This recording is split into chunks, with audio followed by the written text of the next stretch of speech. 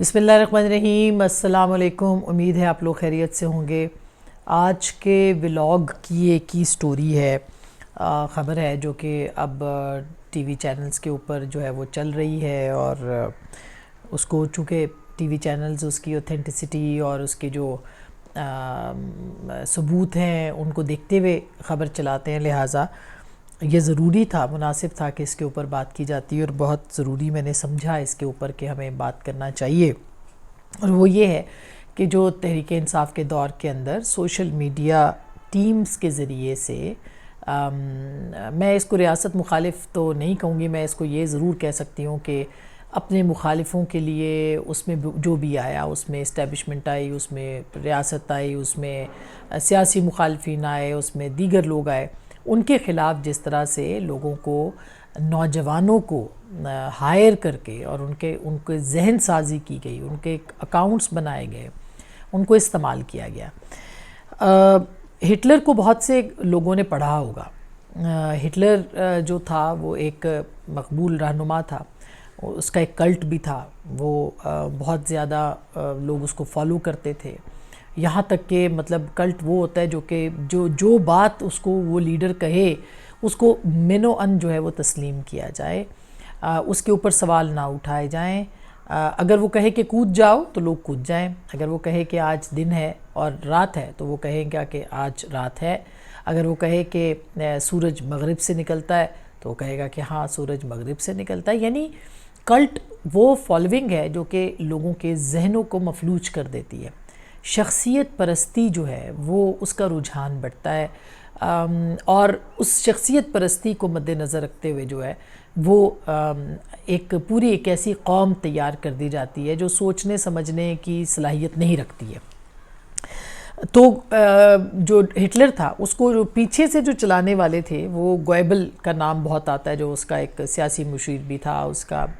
ترجمان بھی تھا، اور وہ انتہائی ذہین آدمی تھا۔ تو گوئبل جو تھا وہ اس کا ایک فارمولا تھا جو اس زمانے میں ہٹلر کے لیے، اس وقت سوشل میڈیا نہیں تھا، آف کورس ٹویٹر نہیں تھا، فیس بک نہیں تھا، دیگر جو تمام سٹیجز جو جسے کہنا چاہیے پلیٹ فارمز وہ نہیں تھے، مگر جو پلیٹ فارم تھا وہ تھا پبلک گیدرنگ کا پلیٹ فارم، جو کہ عوام سے مخاطب ہونے کا پلیٹ فارم، اور پھر لوگوں کے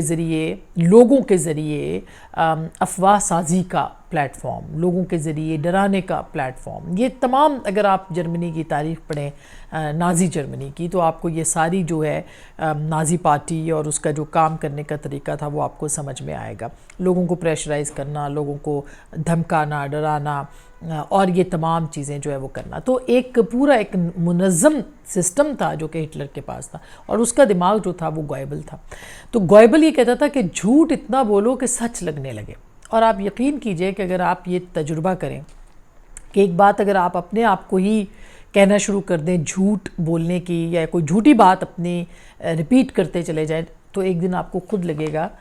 کہ یہ اس کا سچ کہاں ہے، یعنی آپ کو بھول جائے گا کہ سچائی کدھر ہے۔ آپ اسی جھوٹ کو جو ہے وہ ریپیٹ کرتے چلے جائیں گے، یہاں تک کہ کوئی آپ کو ٹوکے نہ کہ نہیں ایسا نہیں ہوا تھا، ایسا ہوا تھا۔ تو یہ ایک بالکل سوچی سمجھی لکھی پڑھی ریسرچ ہے، تحقیق ہے۔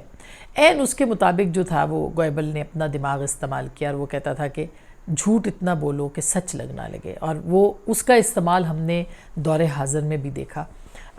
اتنا جھوٹ بولا گیا کہ لوگوں نے اس کو سچ تصور کر لیا۔ جو مخالفین سامنے آئے ان کے بارے میں ایسا پروپیگنڈا کیا گیا، ان کے خلاف ایسی کہانیاں گھڑی گئیں کہ لوگوں نے ان کو سچ تصور کر لیا۔ کن لوگوں نے؟ جو کہ فالوورز تھے۔ کن لوگوں نے؟ جو کہ ان کو جو تحریک انصاف کو یا عمران خان صاحب کو جو ہے وہ ان کو یقین کرتے تھے، وہ مانتے تھے، اور ان کی بات کے اوپر جو ہے بغیر سوچے سمجھے اس کو یقین کرتے تھے۔ مثلا عمران خان صاحب نے کہہ دیا کہ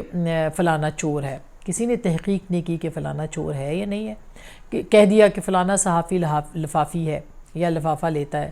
ان کے فالوورز نے یہ پوچھنا جو ہے وہ گوارا نہیں کیا کہ کس بنیاد کے اوپر آپ یہ الزام جو ہے وہ لگا رہے ہیں، اور جس طرح سے کردار کشی کی گئی، اور پھر اس کے بعد ظاہر ہے کہ یہ سب کچھ ایسے نہیں ہوا تھا، یہ راتوں رات تو نہیں ہوا تھا جو عمران خان صاحب نے کیا تھا۔ عمران خان صاحب کو لانے والی اسٹیبلشمنٹ تھی، عمران خان صاحب کی پروردہ اسٹیبلشمنٹ تھی، عمران خان صاحب کو ایک بیس فراہم کرنے والی اسٹیبلشمنٹ تھی. یہ سب جو سوشل میڈیا کے اوپر جس طرح سے وہ مضبوط ہوئے یا بریگیڈ تیار کی گئی، ان کو اندرونی امداد تھی یا نہیں تھی، ان کو بیرونی تھی یا نہیں تھی، یہ شواہد تو بہت کچھ بتاتے ہیں، مگر ہم الزامات چونکہ نہیں لگا سکتے اس لیے اس کے اوپر ہم بات نہیں کریں. تو یہ سب کچھ جو تھا ہر ہتھ کنڈا استعمال کیا گیا، لیکن عمران خان صاحب نے اکیلے نہیں کیا، ان کے ساتھ بہت سے لوگ شریک تھے. آج جہانگیر ترین صاحب ان کے مخالف ہیں، اس وقت جہانگیر ترین صاحب بھی ان کے ساتھ تھے. بہت سارے اور لوگ تھے جن کے اپنے جنہوں نے گروپس کے اندر وہ اپنے بنائے ہوئے تھے سوشل میڈیا کے پلیٹ فارمز. کہیں نہ کہیں سے تو یہ آئیڈیا آیا ہوگا. اگر اسٹیبلشمنٹ سے اس وقت کی آیا تھا تو اس کے پیچھے کون تھا، ان کو کہاں سے یہ آئیڈیا دیا گیا تھا کہ اس کو آپ مضبوط کریں. تو یہ ایک بہت گہری بات ہے، بہت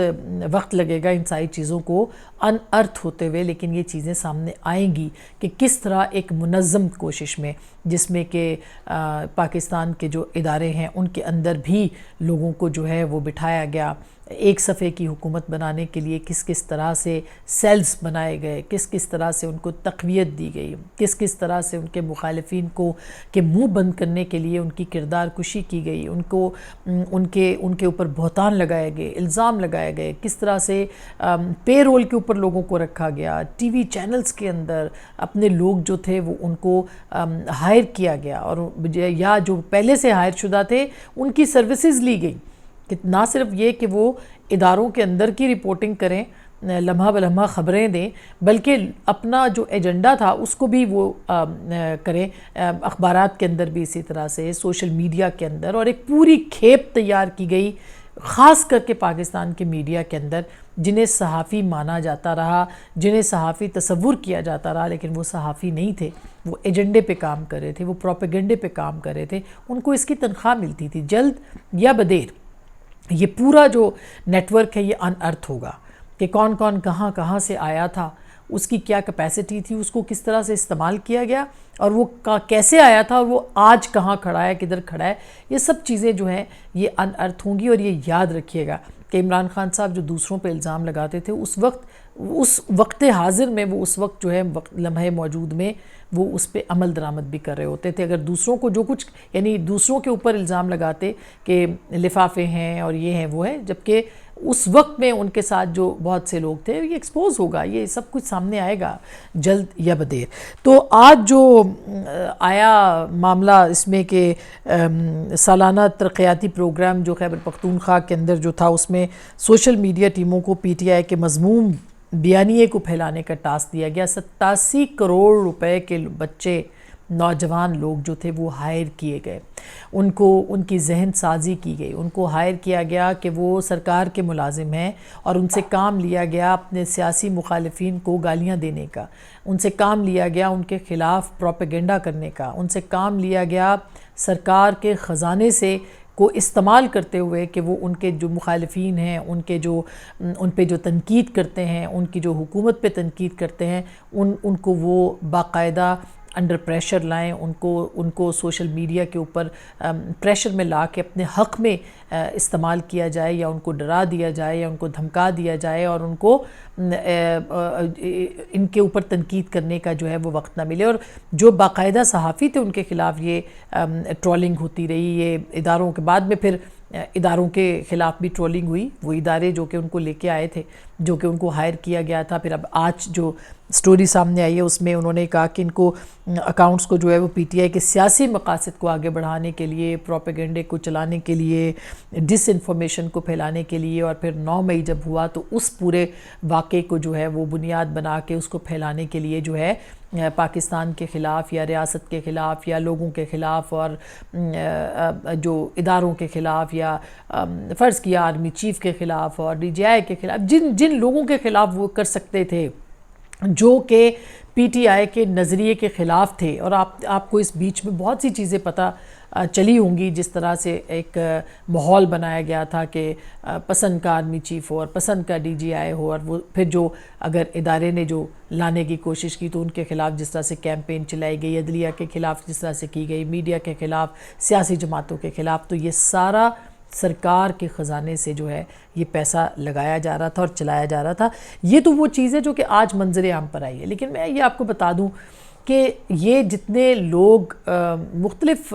جگہوں پہ، بھلے وہ اخبارات تھے، چینلز تھے، چینلز کے اندر اپنے لوگوں کو جو بیٹ رپورٹرز ہوں یا جو بہت جس طرح سے انفلوئنس کرنے کی کوشش کی گئی ہے، اور جو آپ سوشل میڈیا پہ بڑے متحرک صحافی نما کارکن ان کے آپ دیکھتے ہیں، یہ کوئی ایسی گیم، یہ کوئی خالی صرف اپنے نظریے کو یا اپنی پسند کے مطابق یہ کام نہیں کرتے تھے. ظاہر ہے کہ ان کو استعمال کرنے کے لیے وہ استعمال ہو رہے تھے، مگر ان کو باقاعدہ ہائر کیا گیا تھا، ان کو اس کام کے پیسے ملتے تھے، ان کو جو ہے وہ باقاعدہ ان کے ذریعے سے کام لیا جاتا تھا. تو یہ ابھی سٹوریز آئیں گی، یہ خبریں ابھی بہت چلیں گی، مگر امید کی جانی چاہیے. اور یہ ایک سبق بھی ہے، یہ سبق بھی ہے پاکستان کی اسٹیبلشمنٹ کے لیے، یہ سبق ہے پاکستان کی سیاسی جماعتوں کے لیے، یہ سبق ہے پاکستان کے دیگر اداروں کے لیے، کہ اگر آپ نفرت پھیلانے کے لیے جو بیج بوئیں گے، ان سے آپ پھولوں کی توقع نہیں کر سکتے، آپ ان سے کانٹوں کی ہی توقع کیجئے. اور جب وہ کانٹے چبھیں گے تو آپ ان سے یہ توقع نہیں کر سکتے کہ ان کانٹوں کو ایسے ہی چھوڑ دیا جائے. ان کو چھوڑ دیا جائے گا تو یہ چبھیں گے نہیں. کانٹوں نے چبھنا ہی ہے، زخم دینے ہی ہیں. لیکن خدا کے لیے یہ ایک ضرور سوچنا چاہیے کہ آپ نے جو نفرت کی ایک کھیت بوئی ہے یا ایک فصل جو ہے وہ کاشت کی ہے، جب وہ جوان ہوگی تو گالیاں ہی نکالے گی، وہ شک ہی کرے گی، وہ لوگوں کے خلاف ہی بات کرے گی، وہ تنقید کرنے کی بجائے وہ گالم گلوچ کرے گی، وہ اسی طرح سے لوگوں کے گریبانوں میں ہاتھ ڈالے گی. وہ یہ کام اس کے بعد جو ہے وہ نہیں ہونا چاہیے، جو کہ پاکستان کی ایک وقت میں ریاست نے کیا تھا اور عمران خان صاحب کی سپورٹ میں کیا تھا. اور اب جو ہے وہ اگر دوبارہ ہوگا تو کل کو یہی پلٹ جائیں گے. جس طرح سے ہم کہتے ہوتے ہیں کہ یہ جو کی بورڈ واریئرز جو ہے، اس سے پہلے بھی بہت سارے اور واریئرز بھی پلٹ کے پھر آپ کے اوپر ہی آئے، لیکن یہ جو کی بورڈ واریئرز ہیں، وقت نے ثابت کیا ہے کہ یہ سارے واریئرز سے، تمام جنگجو لوگوں سے زیادہ خطرناک ہیں، کیونکہ یہ بنیادوں کو نہیں، یہ انسان کی ذہن کو یا پاکستان کے اندر بسنے والوں کے ذہنوں کو کیڑے کی طرح چاٹ چکے ہیں، ان کی اخلاقیات کو خراب کر چکے ہیں، ان کی روایات کو خراب کر چکے ہیں، ان کی اقدار کو خراب کر چکے ہیں. تو یہ آج کا یہ سٹوری میں نے دیکھی تو سوچا آپ کے ساتھ اس کے حوالے سے بات کی جائے. یاد رکھیے، سچ ہمیشہ رہتا ہے. جھوٹ کے پاؤں ضرور ہوتے ہیں، لیکن وہ پاؤں بہت کم وقت کے لیے پاؤں بنانے کی کوشش کی جاتی ہے، ہوتے نہیں ہیں، لیکن وہ کم وقت کے لیے ہوتے ہیں. ان کو بغیر پاؤں کے ہی رہنا پڑتا ہے، بغیر پاؤں کے ہی چلنا پڑتا ہے، اور بغیر پاؤں کے جو ہے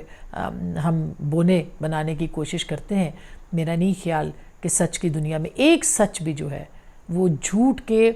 ہزاروں جو بونے ہیں یا ہزاروں جو ان کے کردار ہیں ان کے اوپر بھاری ہوتا ہے. اپنا بہت خیال رکھیے گا. اللہ نگہبان.